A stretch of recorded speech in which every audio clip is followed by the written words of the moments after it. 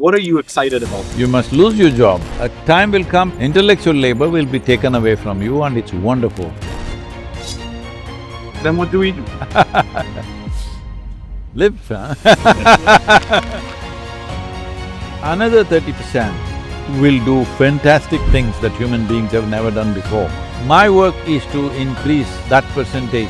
What is the thing that pushes you every day? I'm not a motivated person, I'm just doing what's needed. I can sit here with my eyes closed till I fall dead. You only sleep 4 hours a night? Mr. Sadhguru, welcome to Dubai. We know you've been in Abu Dhabi, mashallah. What do you think of the country? I mean, you know, obviously know the story, it's not your first time visiting. What do you feel like when you're here? Well, this entire nation is a case of the indomitability of a human spirit, indomitable nature of human spirit. You put them in a goddamn desert, you make it into a hub of the world in many ways. So, it's a very significant manifestation of human vision, fantastic leadership, Yes. and ability to use money and wealth in a most creative way. I think one of the best uses of money that you can see is here, in terms of how transformed a desert, what it would have been without all this to live here. How harsh and tough it would have been, and how they've made it, that they're drawing the world into this place, is a phenomena. I think many parts of the world where we have wonderful weather, terrain, natural greenery, any amount of natural endowments, we should feel ashamed that, rest of the world has not done this. Everybody can say, oh, it's just because of oil. Yes, definitely, oil did it, but I'm sure everywhere there is some wealth if you want to use it well. So definitely it's a kind of a, I would say, a milestone in human spirit dominating over the hardships that nature can throw at you. So of all of these things, like of all of the things that you're seeing that happen in the world, the change, regardless of the pace, what are you excited about that you're seeing now in the world? Is there one thing that sticks out above everything? Well, definitely artificial intelligence is a big piece. When I say artificial intelligence, it's just like if you had to plant this tree, two men would come and dig with a crowbar and a shovel or whatever. They would take 2 hours to dig. Today a machine comes and digs 500 holes and goes away in 2 hours. Are we not happy? Think so, right? That you don't have to dig, you don't have to fill, machines are doing all that without even you noticing it. So similarly, all the so-called intellectual work that you're doing, what you're doing is gathering data, building memory, and your memory is never reliable like your phones. All right, it mixes up. And then finding expression, to analyze it and find some kind of expression. These things if machines do, it'll be very good. Lot of people are worried, maybe we lose jobs. Of course, you must lose your job. If you're not doing anything significant that a human being can do, you're only doing mechanical job, you will lose it. All the diggers lost their job, isn't it? You never thought of them. They must have upskilled themselves, graduated themselves to do something else in the world. Are they doing or no? They're all doing something else. In India, in the ports and all, when the new gantries came, people went on strike. What are we supposed to do with our muscle? Similarly, people are asking, what are we supposed to do with our intellectual labor? Intellectual labor will be taken away from you and it's wonderful. Because… Wonderful. Yes. I would be glad if all the work is taken away from human beings. Then what do we do? Live, huh? Like… The idea is to live, all right? See, the significance of human existence is not realized in this silly labor that we are doing. I don't know whether they use such language here, but in United States if you go, what do you do for a living? They ask me. Yeah. I say, I breathe. What do you do? No, I am this, I am that, I am a salesperson, I am manager. Oh, you're spending your whole life to earn a living. See, an earthworm also is earning a living, a grasshopper is also earning a living with a tiny little brain. With this big brain, earning a living shouldn't take a lifetime. But you made it like that simply because you're trapped in your own nonsense. A time will come, probably in the next 25 years, in most parts of the world, it may happen, there will be a universal income, nobody has to work for their bread. That is a fantastic time. When this happens, this is just my estimate, I see this in my vision, about 40% of the people will become indolent. They will not get up from their couch, they will sit there, watch television, eat potato chips, get fat, do these things. 40% will waste their lives. Another 20–30% will… these people get addicted to many things, chemicals, stuff. Another 20–30% will get violent, commit crimes, at least 20% will do that, commit crimes because there's nothing to do, they will do all kinds of unnecessary things. Another 30% will do fantastic things that human beings have never done before, without the concern of bread. Bread is always there. Now people work to create something. Human potential finds real expression. My work is to increase that percentage which will do fantastic things that only human being can do, no machine can do. Which is what? Because you say everything, a lot of things are gonna be taken away by technology. All the things that a man's must… See, today women are moving around freely. Why do you think? It's because of your liberal revolution? No, it's because of technology. Man's muscle has been put down. The significance of man's muscle has gone down with the machines. That's why women are out, isn't it? If man's muscle was the most important thing, women were naturally in a second-class place. Today women are out on equal footing in most of the places on the planet only because man's muscles, the significance of man's muscle has gone down. Similarly, the significance of your intellectual process goes down, then you will see human consciousness will rise because that only human being can do. Machines cannot do consciousness, no matter what you do. Significance of life. Right now, life is not significant. Your muscle is significant, your brain is significant, or what you can do is significant, you playing in the stock market is significant. No, the most significant thing that's happening here is life. So, that will happen to some extent. But the other percentages which are there, the indolent ones, the addicted ones, the criminal ones, we have to lower that percentage, otherwise they will eat you up. I have a feeling I'm gonna get an interesting answer because… Why, I didn't give you an interesting answer till now? To all my no, sorry, just to be clear, to all the questions that I've asked you, I've always, you made me think about things in a completely different way. And now I'm gonna ask this question, and I'm sure you're gonna make me think about this in a completely different way too. What motivates you to continue to do this work, to continue to spread your message? What is the thing that pushes you every day to grow, to keep working hard? Do I look pushed? No. You walked in so chilled, it was… Then why do you say I'm pushed to do something? I'm not pushed to do anything. Nothing motivates? No, I'm not a motivated person like that. I'm just doing what's needed. If it's not needed, I'll stop it. Just like that. And then what will you do? Huh? And then what will you do? I don't have to do anything. Maybe I'll hit a ball, maybe I'll paint something, maybe I'll just close my eyes and meditate. See, this is something very hard for people to understand. If I close my eyes like this now, I can sit here with my eyes closed till I fall dead. I have no need for action. Action is because it's needed.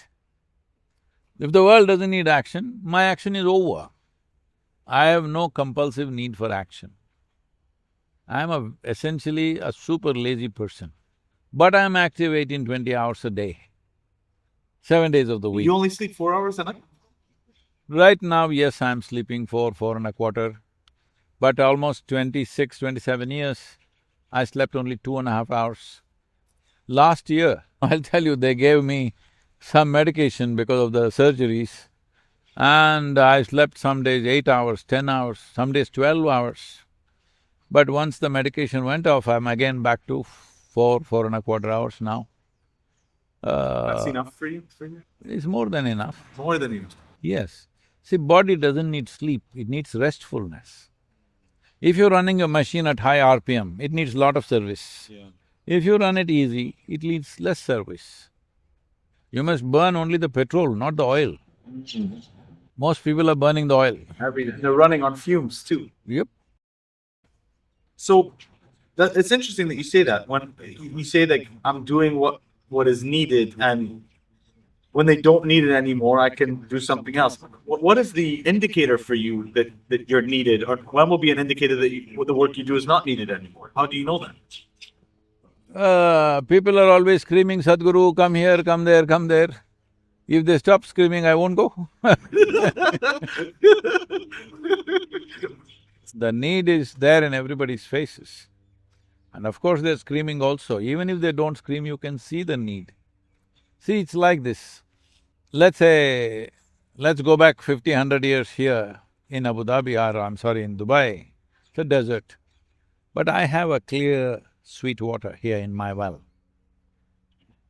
People are walking, looking for water. I say, if they want, let them come and fall into the well, but it's not my business, I'll simply sit here. I think that's inhuman. So I scream a little bit, hey, water! So this doesn't mean I'm interested in service. It's simply humanity that there is water and the guy's thirsty, I say, hey, drink. So this is not some service, I don't think it's service. I don't think it's some great something. It's needed, people are thirsty, it's very clear, otherwise they're messing themselves up. People have asked me, Sadhguru, what's your idea of a dream world? I say, my dream world is when I'm unemployed, when nobody needs me, this is my dream. Hope they fulfill my dream in this lifetime. You're someone who leads a spiritual life, you're an ambassador for a lot of wellness and stuff, and things of that nature. So I'm curious, how did you get into this life of spirituality and making it something that's at the forefront of what you do every day? See, the word spiritual is one of the most corrupted words in the world today. Because for somebody, spiritual means looking up, for somebody, spiritual means ghosts in a bottle, for somebody, spiritual means spirits in the bottle, all kinds of things. It's the most contaminated word, unfortunately. So let me put it this way.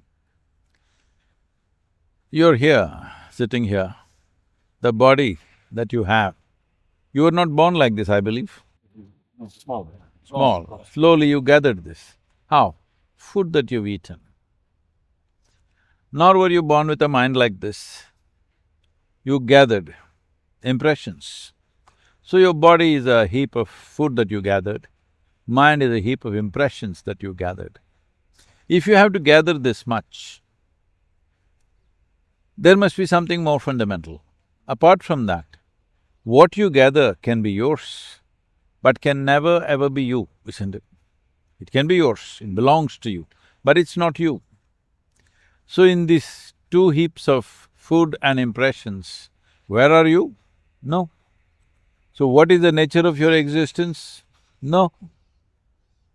A simple question is this: anything that you use, people are using cameras, people are using phones, people are using computers, or a car or a machine, whatever.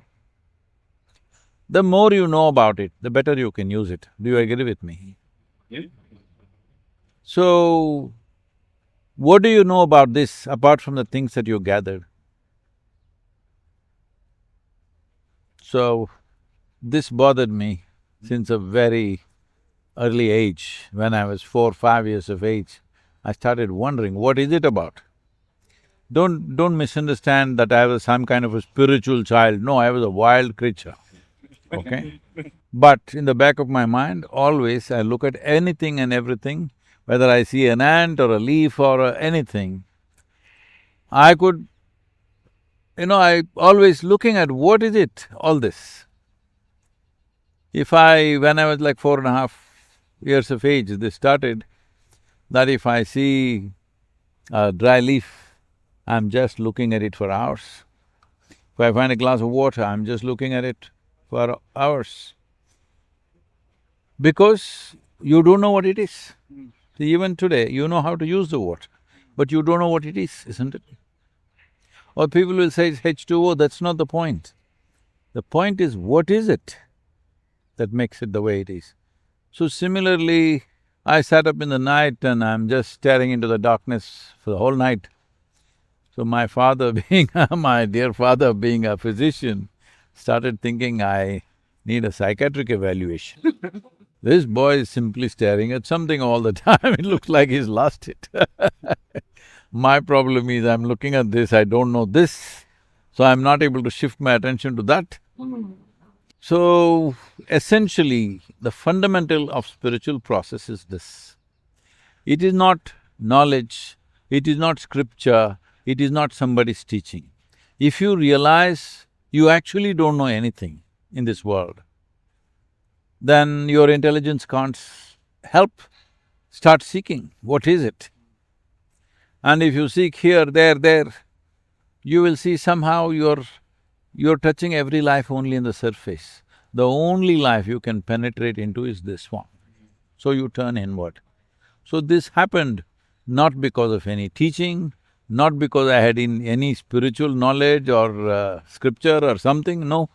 Just happened simply because my mind wouldn't allow me to rest till I know something about what this life is about. This inquiry is there in every human being. We destroy it by instilling belief systems upon that. We say, if you're from this culture, you believe this, if you're from that culture, you believe this. If you're born in this country, you believe one thing, if you were born in that country, you believe something. If you just allow your intelligence to inquire, every human being inevitably will be spiritual because it is a seeking, a longing to know, not a longing to ascertain this or that. You're just looking. And if you don't look, such a magnificent creation, if you don't look, what a fool you are. When I say look, I mean to say, if you don't look keen enough. Like this, like tourists, everybody is looking at everything. No.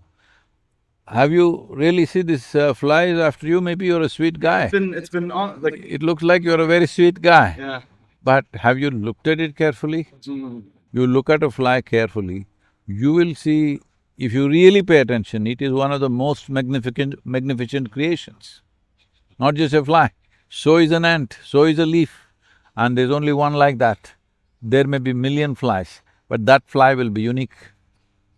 So this is the nature of creation. How can you not pay attention to it? The highest disregard that you have for creation and creator is, you don't pay attention, you have assumptions about everything. You say 70% of people are in jobs doing work that they hate. What does it take for more people to find the courage to live free and, follow their heart the way you do? See, that's what. See, if your heart says you want to climb the palm tree, well, you may be in a place where there's no palm tree, and you will sit and cry for the rest of your life and palm tree won't come up in Switzerland. You're in the most beautiful place, but you'll cry because there's no palm tree. You come to Dubai and you can only be happy if you're in a rainforest. No rainforest. You'll never be happy, I'm saying. So don't set such conditions because human happiness, well-being does not come from outside. Your pain and pleasure happens within you. Your joy and misery happens within you. Your agony and ecstasy happens within you. All human experience happens within you. Then why are you setting external conditions to create an internal condition? Right now, suppose only if I climb this palm tree I will be happy. Now, this will create a certain enslavement within me that if I cannot climb a palm tree, I cannot be happy. So any time if you use an external activity to create an inner situation, this must be understood properly. Most people are doing this. They have to be happy means they must do this must happen, this person should be there, that thing should be there. If you use an external situation to create an inner situation, then you will be enslaved to that activity. When it goes to a certain point, people may say it's addiction, but essentially you're enslaved to something outside to create an inner situation. Now, I can teach you a simple technology where you can tune this system in such a way, your very chemistry is blissful. So you're sitting here blissed out. If it is sun, you enjoy the sun, if it's rain, you enjoy the rain. If it snows, you enjoy the snow, if nothing happens, you enjoy that. Because you are a human, your inner experience, your experience of life is not determined by what's happening around you. Only then human consciousness will manifest to create what we want. Otherwise, we become an accidental life.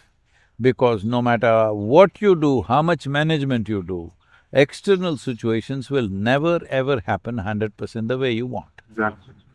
But internal situation must happen your way. What it means is all these people will not happen 100% your way ever. But this one person must happen your way. If this person does not happen your way, where is your hope in life? You're finished. That's the only problem they have. People call this happiness, unhappiness, stress, this, that.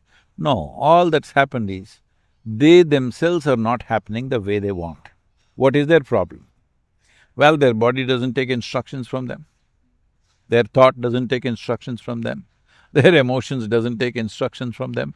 Their energies, they don't even know where they are. Their chemistry doesn't take instructions from them. So you become an accidental existence. When you're accidental, anxiety is normal. If suppose you got into your car and something funny happened to it, if you turn like this, it'll go like this. Will you be anxious or not? Anything becomes accidental. Anxiety is normal. Sadhguru, thank you so much for your time. Thank you. Really appreciate it. Bye-bye.